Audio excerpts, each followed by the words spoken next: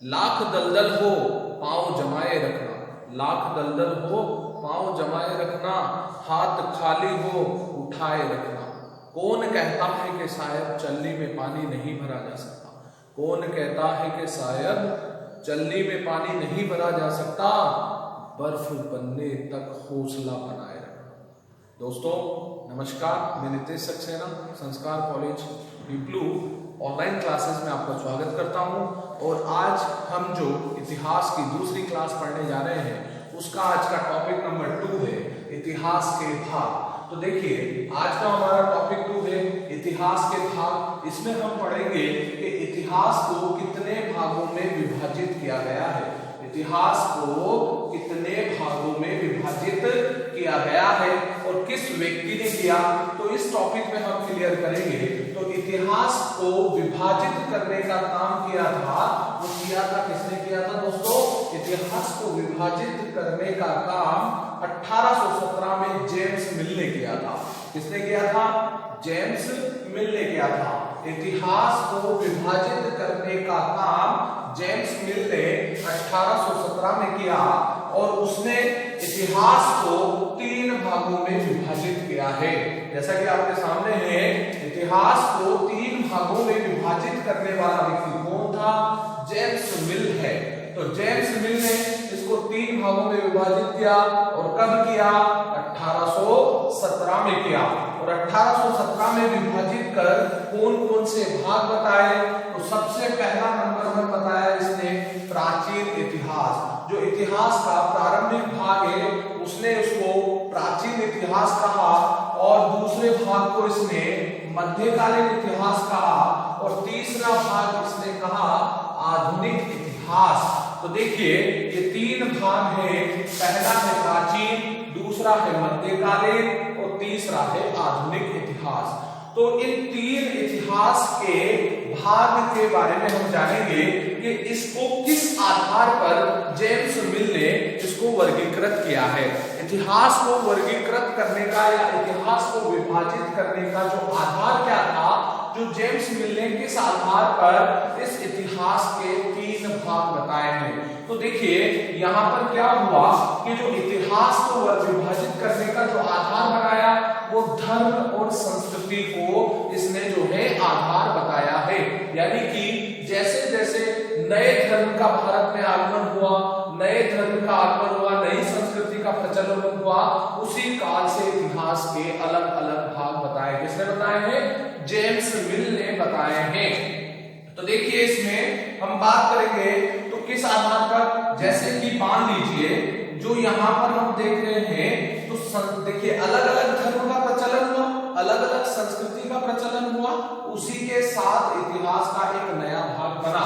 तो देखिए पहले यहाँ पर हिंदू धर्म का प्रचलन था तो उस प्राचीन इतिहास को इसने हिंदूवत इतिहास का नाम दिया। कौन सा इतिहास का नाम दिया? हिंदूवत इतिहास का नाम दिया। फिर उसके बाद में यहाँ पर क्या हुआ कि नए धर्म का प्रचलन हो गया, नए धर्म का भारत में आगमन हुआ और वो था इस्लाम धर्म। और उस समय जो संस्कृति थी वो इस्लामिक संस्कृति थी। और उसी समय आ गया मध्यकालीन इतिहास और मध्यकालीन इतिहास को उसने नाम दिया इस्लामिक इतिहास। इस्लामिक इतिहास के बाद में आगे चलते हैं तो यहाँ पर क्या हुआ कि इस्लामिक इतिहास के या मध्यकालीन इतिहास के पतन के बाद एक नई संस्कृति, एक नए धर्म का भारत में आगमन हुआ और उसे ईसाई धर्म के नाम से जाना जाता है। और उस इतिहास के भाग को उसने आधुनिक इतिहास कहा। और आधुनिक इतिहास में जिस धर्म का प्रचलन था वो था ईसाई और उस इतिहास को उन्होंने ईसाई इतिहास के नाम से जाना गया। यानी कि हिंदू धर्म का काल है, इस्लाम धर्म का काल है और ईसाई धर्म का काल है। ये किसने वर्गीकृत किया है, किसने विभाजित किया? जेम्स मिल ने किया। और इसका जो समय बताया है, जैसे प्राचीन काल का इतिहास है या प्राचीन इतिहास है, तो प्राचीन इतिहास में उसने जो समय बताया है वो है प्रारंभ से 1206 ईस्वी तक का जो समय है वो प्राचीन इतिहास का समय माना जाता है। और मध्यकालीन इतिहास में 1206 ईस्वी से 1757 ईस्वी का जो काल है उसे मध्यकालीन इतिहास कहा बाद में बात करते हैं आधुनिक इतिहास की। तो आधुनिक इतिहास का जो समय है वो 1757 से 1947 तक का जो समय है वो आधुनिक इतिहास का समय माना जाता है। तो ये समय था, लेकिन यहाँ पर क्या है कि हम देखते हैं कि किस तरीके से एक चरण से दूसरे चरण में जाते हैं। तो देखिए यहाँ पर क्या है कि प्रारंभ से 1206 का जो काल है उसे या समय है उसे प्राचीन इतिहास का उपनाम दिया गया है। अब क्या हुआ कि मध्यकालीन इतिहास कैसे प्रारंभ हुआ? तो देखिए यहाँ पर 1206 में जो इस्लामिक इतिहास का प्रारंभ माना जाता है जब कुतुबुद्दीन ऐबक यहाँ पे शासक बना, जिसे हम लाख बख्श के नाम से भी जानते हैं और दित्ते हातिम के नाम से भी जानते हैं और इसको कुरान पाक के नाम से भी जाना जाता है। जब इसने यहाँ पर 1206 में शासन किया या शासन जो है प्रारंभ किया, तो उस काल से जो है या उस समय से जो है इस्लामिक इतिहास या मध्यकालीन इतिहास प्रारंभ होता है। फिर इसके बाद में क्या हुआ कि आगे चलते मध्यकालीन इतिहास, मैंने कहा था कि मध्यकालीन इतिहास के पतन के बाद में जो है एक नए इतिहास का प्रारंभ होता है जिसे आधुनिक इतिहास कहा जाता है। तो 1757 में एक जो है अंग्रेज था जिसका नाम था रॉबर्ट क्लाइव। रॉबर्ट क्लाइव ने शुजा उद दौला को युद्ध में पराजित कर यहाँ पर ईसाई संस्कृति का जो है प्रादुर्भाव किया या स्थापना की और यहाँ से जो इस घटना से जो आधुनिक इतिहास का चरण स्टार्ट हो गया। अब इस इतिहास के चरण को हम आधुनिक इतिहास के नाम से जानते हैं। अब आधुनिक इतिहास का जो वर्गीकरण हम करते हैं 1757 से 1947 तक का समय इसमें आता है। अब ये जो है देखिए इसने 1817 में किया, लेकिन हम यहाँ पर 1947 का समय लेंगे। देखिए आप सोच रहे होंगे कि सर इसने तो 1817 में ही जो है विभाजित 1817 में किया था, फिर 1947 तक का समय क्या है? तो क्या है कि जेम्स मिल ने जो वर्गीकरण या विभाजीकरण किया था उसमें उसने 1817 तक का तो बता दिया, लेकिन हम इसमें 1947 तक का लेते हैं कि उसके अनुसार क्या है कि जैसे मान लीजिए उसने कहा था कि मैं जो वर्गीकरण कर रहा हूं वो यहां तक का है, लेकिन अब इसके बाद में जितनी भी घटनाएं घटित होंगी उन घटनाओं को आधुनिक इतिहास में ही शामिल किया जाएगा। और आधुनिक इतिहास इसीलिए क्या है कि 1947 तक की घटनाओं को हम आधुनिक इतिहास में शामिल करते हैं। और आधुनिक इतिहास में जो है वो क्या है दोस्तों, अब जितनी भी वर्तमान तक जितनी भी घटनाएं घटित होती हैं उन्हें सब आधुनिक इतिहास में रखा जाता है। तो ये हमारा इतिहास का भाग था जो हमने पढ़ा है।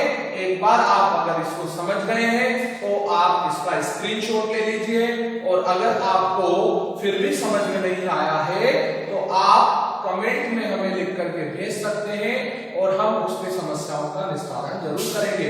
देखिए दोस्तों अभी हमने जो वीडियो बनाए थे उनमें आपके द्वारा कुछ कमेंट किए गए हैं कि सर वॉइस क्लियर नहीं आ रही। तो देखिए क्या है, ये अभी शुरुआत है और इस शुरुआत में हम जो कर रहे हैं धीरे धीरे इसमें सुधार होगा और सुधार के साथ साथ आपके जो है नए नए तरीके से वीडियो प्रस्तुत करेंगे। अगर आपको वीडियो पसंद आता है तो लाइक करें, शेयर करें और चैनल को सब्सक्राइब करना ना भूलें। जो हमारा टॉपिक चल रहा था इतिहास के बाद, उसके अगले चरण में हम आ गए हैं और इतिहास के कालखंड की हम बात करें तो इतिहास को जिस प्रकार से भाग में विभाजित किया गया है उसी प्रकार से इतिहास को कालखंडों में भी विभाजित किया गया है। इतिहास जो है वो कितने काल में विभाजित है? वो 3 काल में विभाजित है।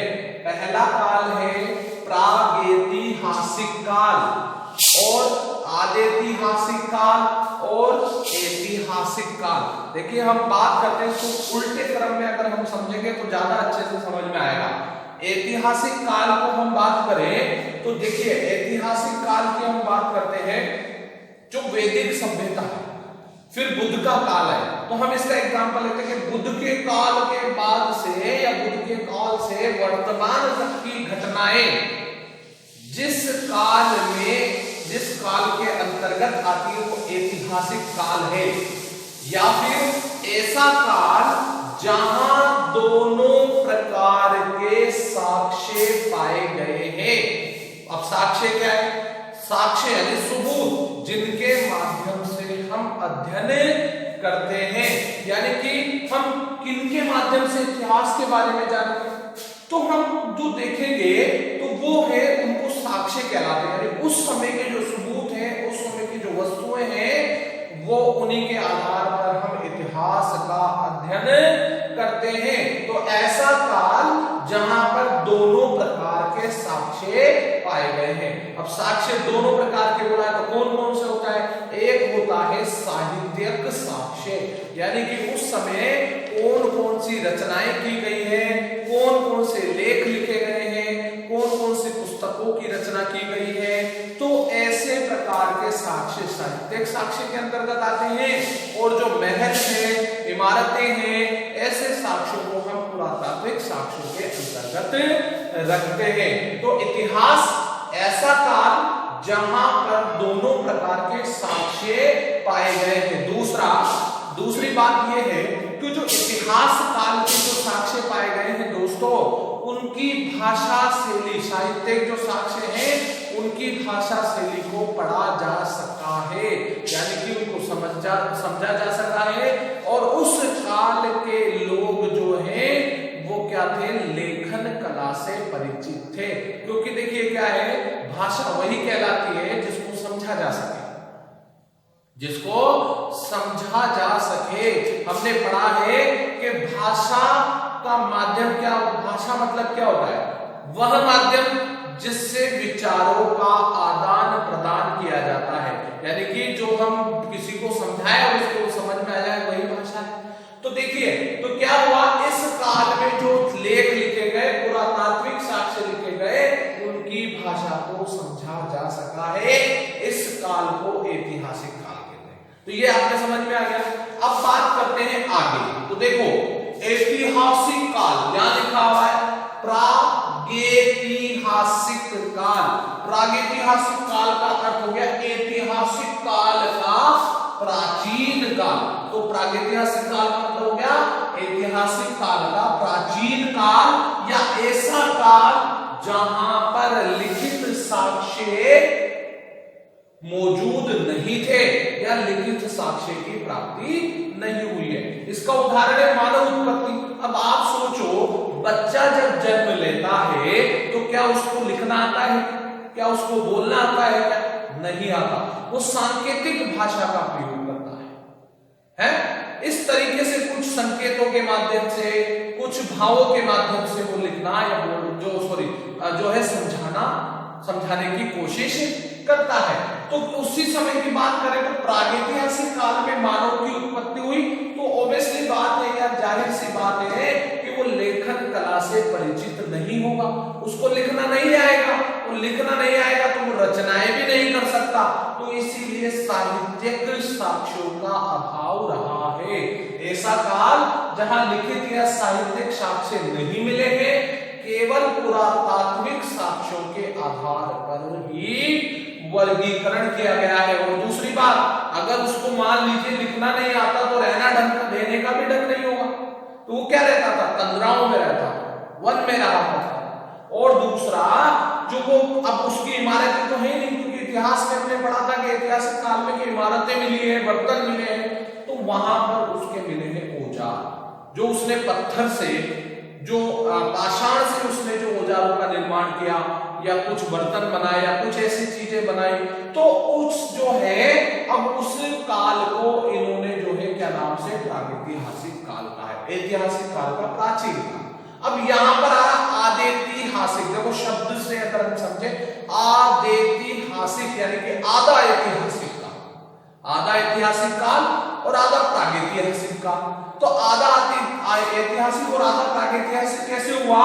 कि ऐसा काल जहां साहित्यिक साक्ष्य तो प्राप्त हुए हैं, यानी कि यहां पर मनुष्य लेखन कला से तो परिचित था दोस्तों, लेकिन उसको जो भाषा शैली थी वो रहस्यात्मक थी। जैसे कि बच्चा बड़ा हुआ तो वो कैसे बोलता है, वो थोड़ा वो ऐसे जो है शब्दों में बबलाता है, शब्दों में जो है ज्यादा उच्चारण कर देता है, तो बच्चे से भाषा ही समझ में नहीं आती क्योंकि उसकी रहस्यात्मक भाषा होती है। तो यहाँ पर क्या था कि जो भाषा थी वो रहस्यात्मक थी, लिखे तो हैं लेकिन रहस्यात्मक तरीके से लिखे हैं, तो इसके कारण से उनको पढ़ा नहीं जा सका। और उसके भी पुरातात्विक साक्ष्य जैसे मण मूर्तियां मिली है, मृद भांड मिले हैं, और अन्य कई सारे औजार मिले हैं, तो वो जो है उनके माध्यम से ही इतिहास जो है इतिहास का अध्ययन किया गया। उस काल को आदिऐतिहासिक काल कहा गया है और जिसका उदाहरण है सिंधु सभ्यता। सिंधु सभ्यता के काल को ऐतिहासिक काल की श्रेणी में रखा गया है। इसके अंतर्गत वैदिक सभ्यता भी आती है क्योंकि वैदिक सभ्यता में लिखित साक्ष्य मिले, पुरातात्विक साक्ष्यों का अभाव रहा है, इस कारण से हम इसे जो है आदिऐतिहासिक काल कहते हैं। तो ये इतिहास के कालखंड थे जिनको आपको हमने इस वीडियो के माध्यम से प्रस्तुत किया।